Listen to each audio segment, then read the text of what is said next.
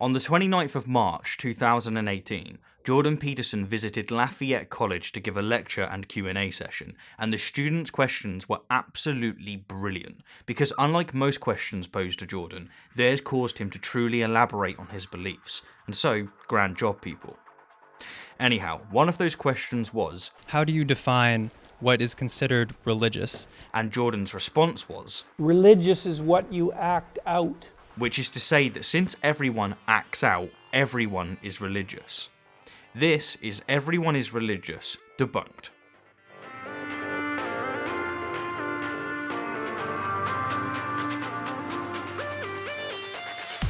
Thank you for being here. I really appreciate it. So I was watching a few of your interviews in preparation for this, and I heard you speak about religion quite a bit. And if you look up what religion means in the Webster Dictionary, you get something like a system of faith centered on a supernatural being or beings or something like that.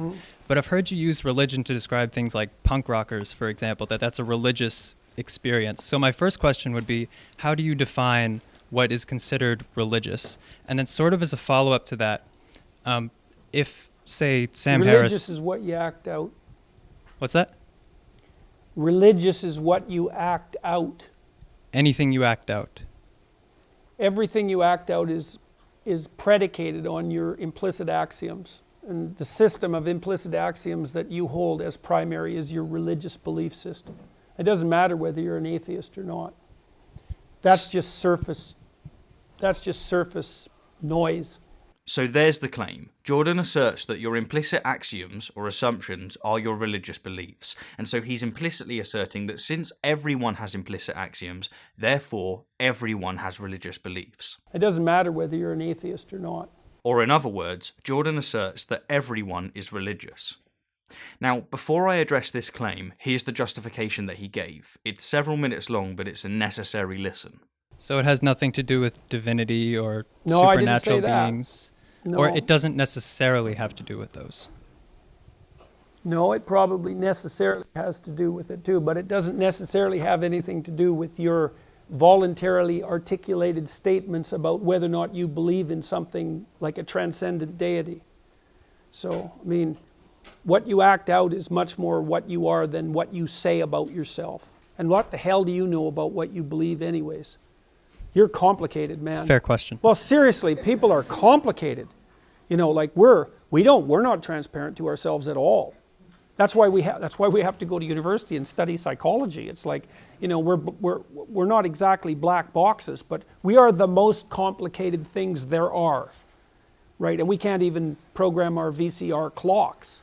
So it's like, how the hell can we propose to understand ourselves? And, you know, I'm existentially oriented, which is to say that I think that what you hold to be true is best determined as a consequence of an analysis of your actions rather than as a consequence of an analysis of what you purport to believe.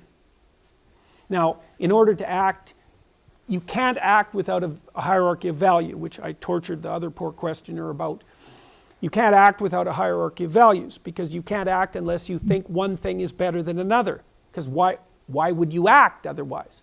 So that means that you're embedded within a hierarchy of values, whether you know it or not, or maybe multiple fragmentary and competing hierarchies of value, which is all the worse for you, by the way, because it just makes you very confused. That hierarchy of values has an axiomatic, it's based on axioms. And the probability that you understand them is very low, because generally people don't understand their axioms. But that axiomatic system is essentially your religious system. And there's no way out of that as far as I can tell. And you can say, well, it isn't predicated on conscious belief in a transcendent deity. It's like, okay, have it your way. But, you know, most people in this room act out a Judeo-Christian ethic. And not only do they act it out, if they're treated in a manner that's not commensurate with that ethic, they get very, very, very annoyed.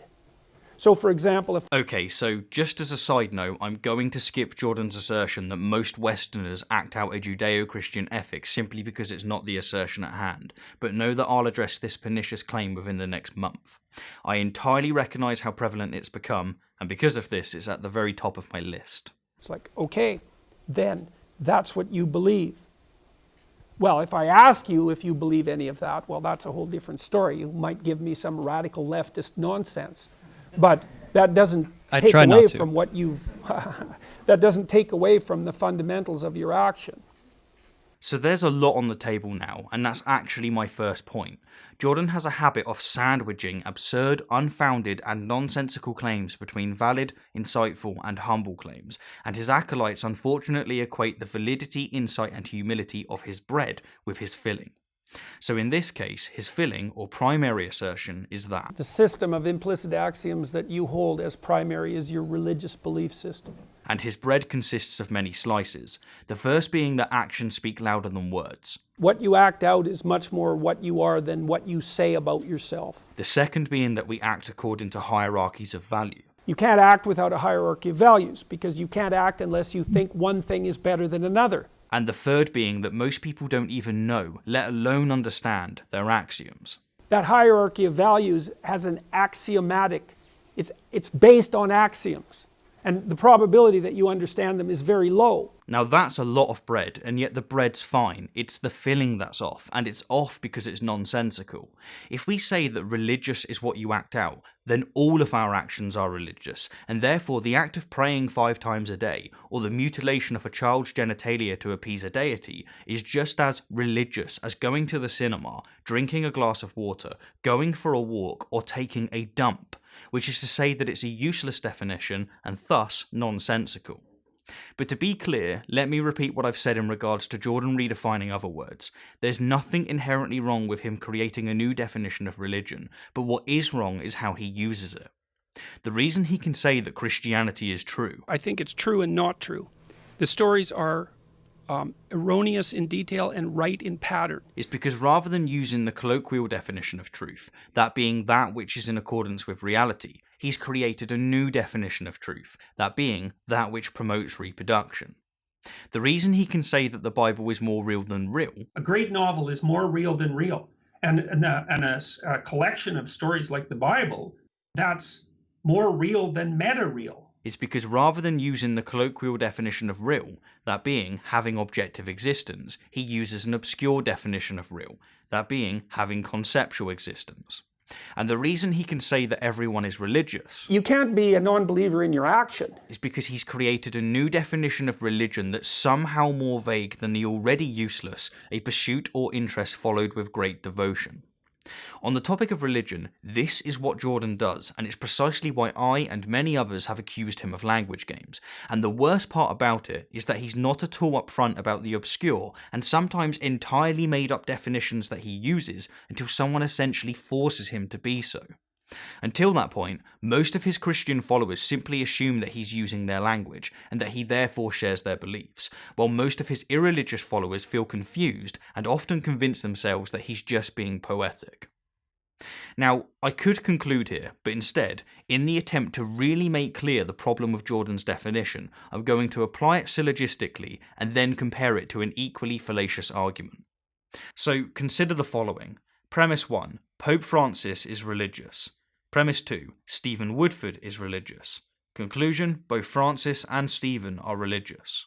And here's the comparative argument. Premise 1. Peter Dinklage is a vegetarian. Premise 2. Jordan Peterson is a vegetarian. Conclusion. Both Peter and Jordan are vegetarian. So both of these arguments are flawed for exactly the same reason. They either commit an equivocation fallacy by using one definition of their keyword during their first premise and conclusion, and a completely made up and useless definition during their second premise, and are thus invalid, or they use a nonsensical definition throughout, which while valid, in the context of their conversation only serves to confuse and obfuscate the underlying question. Anyhow, as always, thank you kindly for the view, and an extra special thank you to my wonderful patrons and those of you who have donated via PayPal. Oh, and to make up for a lack of a patron of the month last month, this month has 2. So, Patrick Mannion, you've won a copy of The Portable Atheist by Christopher Hitchens, and John Lynn, you've won a copy of The Selfish Gene by Richard Dawkins. Congratulations. Until next time, my fellow apes, until next time.